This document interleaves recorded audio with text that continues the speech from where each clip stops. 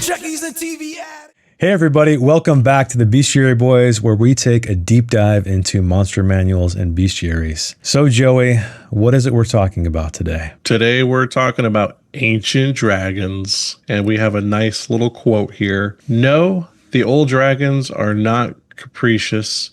It may seem that way, but that's only because you don't understand their motives and what they are reacting to. Quoted by Yelena Stoltendale, or Dow, a dragon scholar. Now that quote sounds like the most non-answer I've ever heard, or that sounds like people I know just defending their cat's behavior, but it's cool. Well, the thing is like once we get into what this thing is about, which we'll talk about shortly, or what this thing is that there's very few of these things. They're not associating themselves with the likes or with the goings on of the other kin, let's say. Yeah. So I can understand that line of thinking is that this dragon scholar may or may not have the knowledge, and so it's giving you like a BS answer. So next we'll look at the official artwork for the ancient dragon, though. Loving this artwork. And so rather than a full body shot of this amazing giant dragon that you often see in most monster manuals, we have this mostly buried dragon. You just see a little bit of its head, some smoke just kind of coiling up from its nostrils, and it's giving a little bit of a side eye to a wolfkin. Looks like a halfling and a dwarf, and maybe a human or an elf. We don't quite know. Making their way up this snowy mountain, and I love how the wolfkin is kind of looking behind him with a lantern, right? You know, checking their back. When in fact, the biggest threat is off to the side. Yeah. But I think again, the side eye really demonstrates how just indifferent, uncaring these ancient dragons are with what's going on, because they fear nothing. They don't really care about anything. Yeah. He's just chilling in the snow. Yeah, and he's got like multiple rows of teeth. It looks like almost like a shark. Yeah, I think those are probably more like on the outside of his face. Probably his mouth is probably closed. Those look kind of like spikes coming off of his face.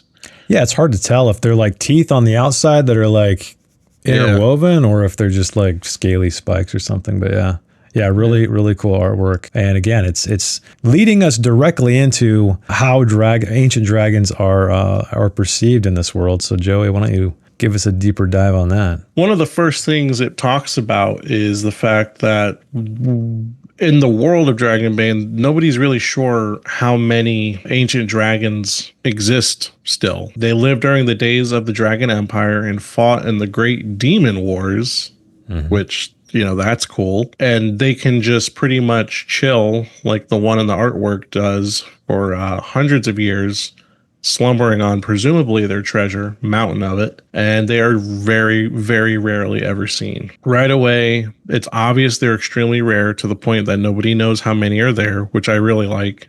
Well, it says even that an educated guess tells me that there may be between only 5 and 10 of them.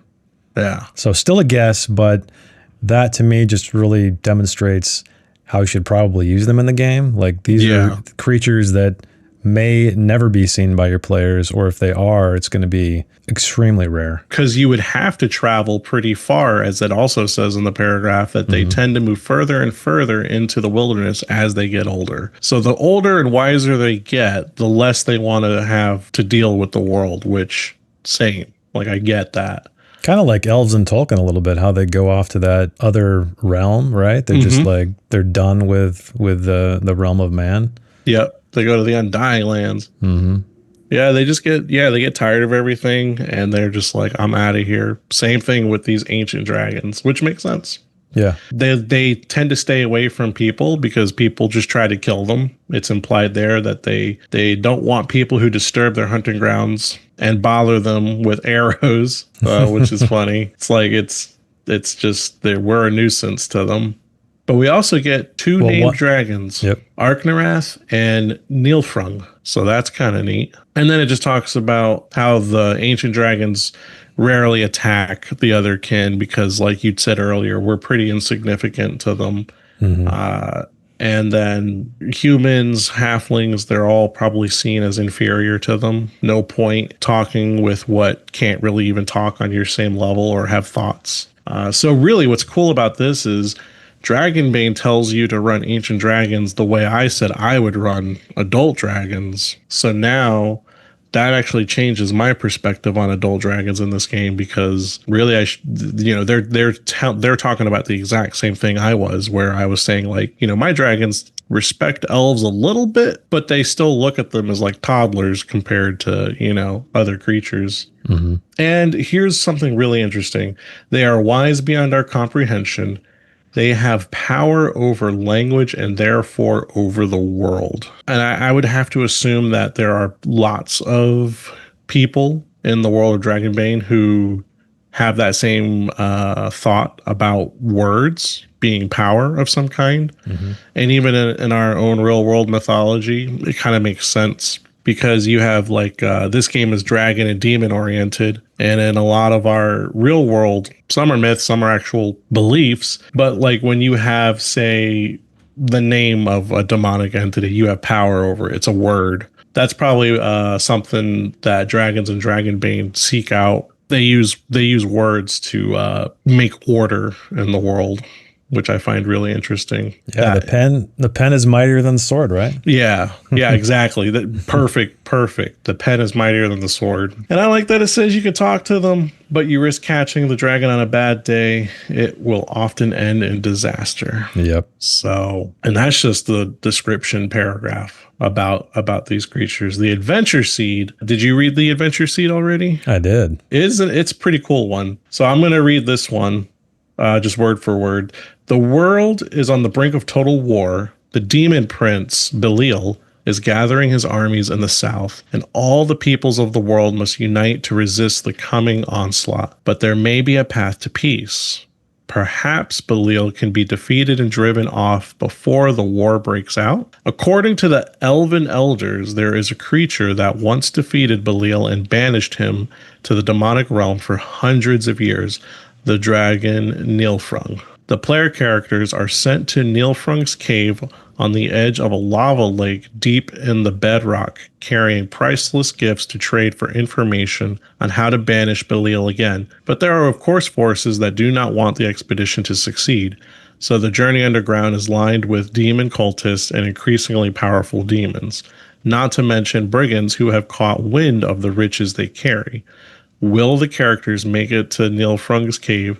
And if so, will they be able to convince the ancient dragon to join the fight against the demon prince? That's a hell of a campaign. Yeah, that is a campaign. That is not I know it says adventure seed, but that is definitely a campaign right there. That's a whole campaign. That could take a year or more. And it would be a dangerous one, because demons are really dangerous in this game. Definitely. I'm excited to get to them to see what they're up against. You guys have fought demons in the Secret of the Dragon Emperor campaign, so you know a little bit of what they're about. Little tiny bit. Little tiny bit. Let's move on to, what do these big boys actually do? Jason? Yeah, speaking of ancient danger, let's talk about this. So ferocity is only 2, which is interesting to me. Yeah. 2 attacks, or 2 initiative cards, I guess, in Dragonbane. I guess maybe because they're slower, larger, they seem to be they're huge, according to the size here. So maybe that's why. They have a 20 movement, Armor 8, HP 108, which is one of the higher, if not the highest, HP counts I think I've seen in the monster manual. Mm-hmm. But they also have wings, and we noted with adult dragons that they obviously have wings as well, but they're not used in the same way. So for instance here, the mighty wings of the dragon allow it to move freely throughout the air. That's pretty much all of the adult dragon, if I remember correctly. But the wings also create powerful winds around the monster, preventing any other flying creatures from approaching the ancient dragon in flight, which is really cool, because if, for instance, you had some kind of a flying mount or something, or there were other flying creatures, maybe you were a wizard in control of a griffin or something, and we're going to try to attack it from afar, it's not gonna help whatsoever. Yep. But moving on to monster attacks, so these are very similar to ancient dragons, however they are bigger and badder. And we start with the dragon roar. So of course they open their mouth, let out a roar, but everyone within 30 meters becomes scared and suffers a fear attack. So you'll notice here, there is no will save. Right. It just happens, which I love. Happens. I kind of wish this was applied a little bit more to some of the damage later on, which we'll talk about. Mm-hmm. So rather than having a save, It just happens, and you've taken condition automatically of scared. But then next up is the claw attack, and so they are going to sweep their claws at 2 opponents within 6 meters, and it's 3d10 slashing damage. The Dragon Storm is when it's flapping its wings and creating a storm. With that, everybody within 20 meters and loose objects and creatures of up to normal size in the whirlwind are hurled 3d6 meters, and they take the same amount of bludgeoning damage and land prone. So brutal. That's a really cool attack. Again, if you're on a mountaintop, if you're somewhere in like near a lava pit, like a lava lake that they were talking about in the Adventure Seed, yeah, that could be very, very devastating. But then moving on to the fourth one is Crushing Tail. So the dragon is sweeping its huge spiked tail at its victims, all players within 8 meters. So again, keyword is all. 2d10 bludgeoning damage and are knocked down. And then finally, we have the Dragon Bite. This is the one I think should have been almost instant death if you fail a check. But 5d10 slashing damage might be instant death anyway.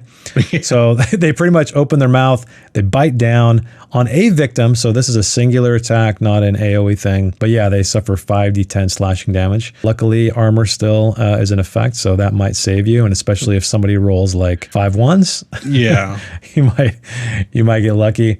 And then finally, we have the Inferno.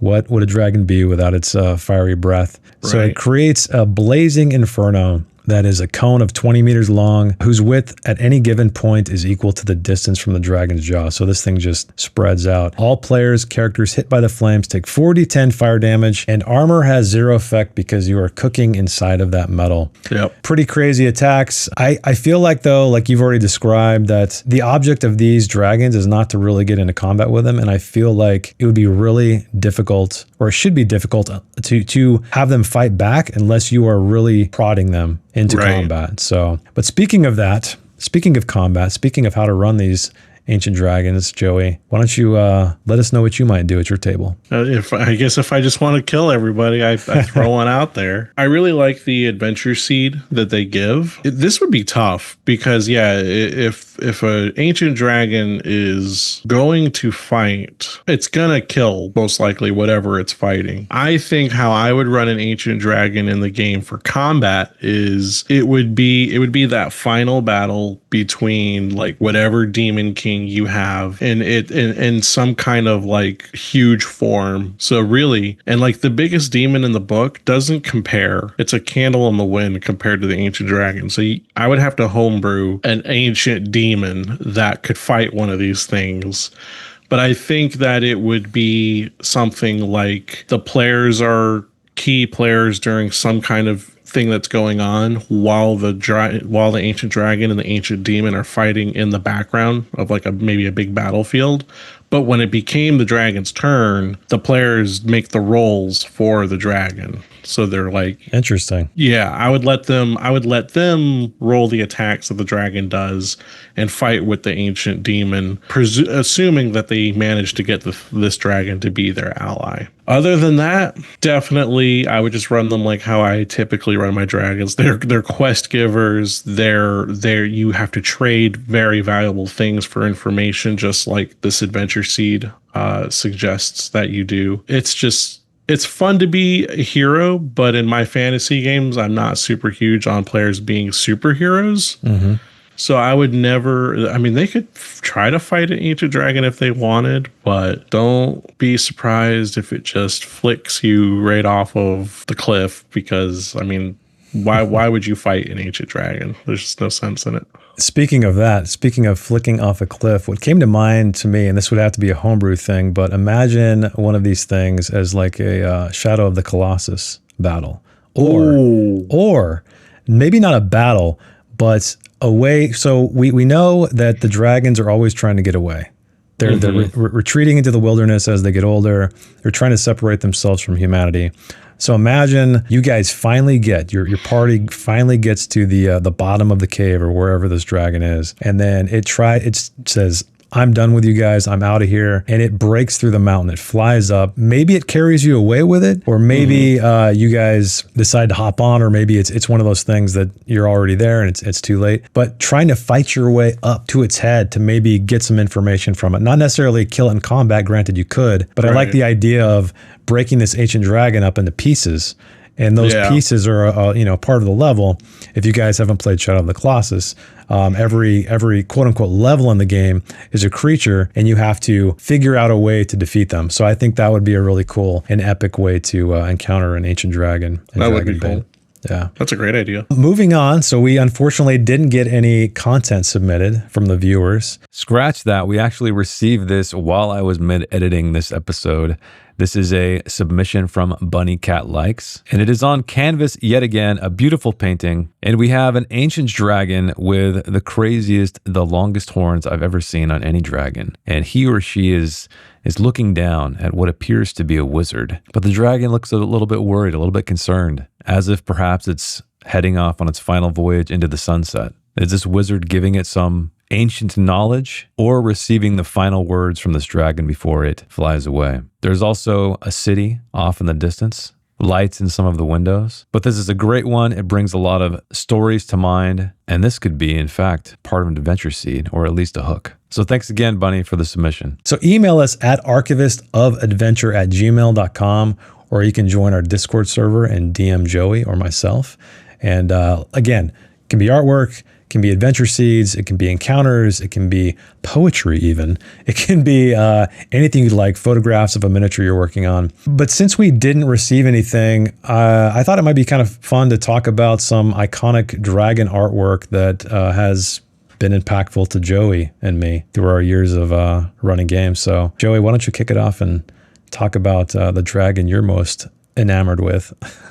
So this artist is Anata Finstark, and the artwork is a depiction of Encalagon the Black, which is if you're a Tolkien fan, you know who that is. But it's the largest dragon that existed in Tolkien's creation. He fought at the end of the First Age, the War of, I think it was called the War of Wrath. I'm not always brushed up on my Middle Earth history. It's a massive, massive dragon. And this artwork, I love how it has the other like lesser dragons flying around him. Yes, that gives you such a sense of scale, even more so than the trees and the mountains. But to see other dragons that look like super tiny, you're like, holy shit. And you're only seeing like part of the neck and the head in this. You don't even see the full body. Mm-hmm. So it's very similar to the Dragonbane artwork in that way, where you just see like a little bit of the head, you know? Yeah. I like the jaggedness of like his teeth. Like they're not uniform. Mm-hmm. They're crooked in places. And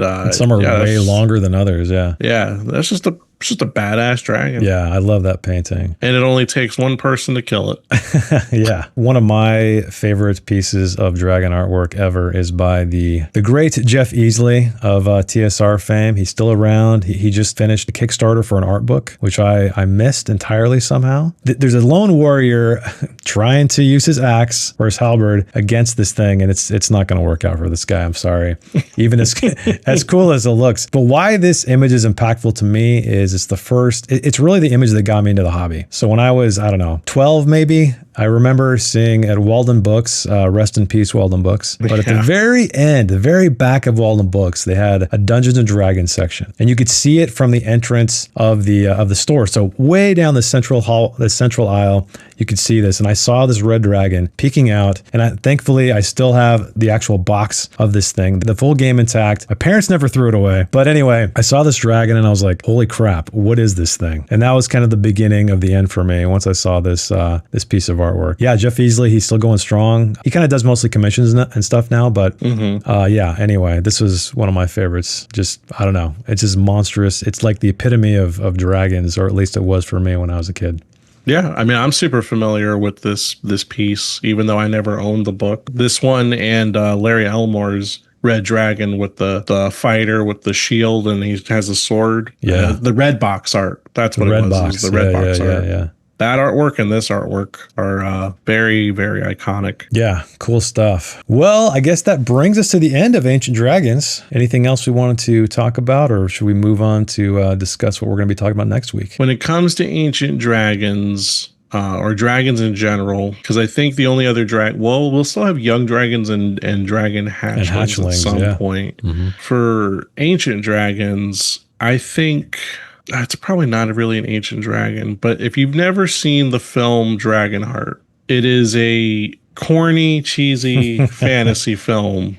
I'm not telling you like, oh, if you like Lord of the Rings, you'll love this. But check that movie out because that film, I was really little when it came out. Dragonheart, the dragon from that, and then Falcor from Neverending Story, those were probably the most impactful dragons on me as far as like what got me into really wanting to check out more fantasy stuff. Did you see Dragon Slayer? That's a great one. I love the depiction of dragons in that one. I think I have that, but I haven't seen it. Okay. I have a lot of movies that I haven't seen, but Dragonheart, I'm just wanting to bring that up because if you're having a hard time trying to figure out how you want to run your dragons, watch that film and you'll get some inspiration because that's where a lot of my inspiration came from when I was much like a teenager running dragons. I'm like, I'm just going to run it like, I don't even remember Draco. His name was Draco. How original. But Draco from Dragonheart. Draco. Yeah, I remember being excited for that because I think it was really the first big CGI dragon that came to screen. Fortunately, the movie wasn't that great, but it was cool. It was cool seeing a dragon rendered in such a way. I think it was because,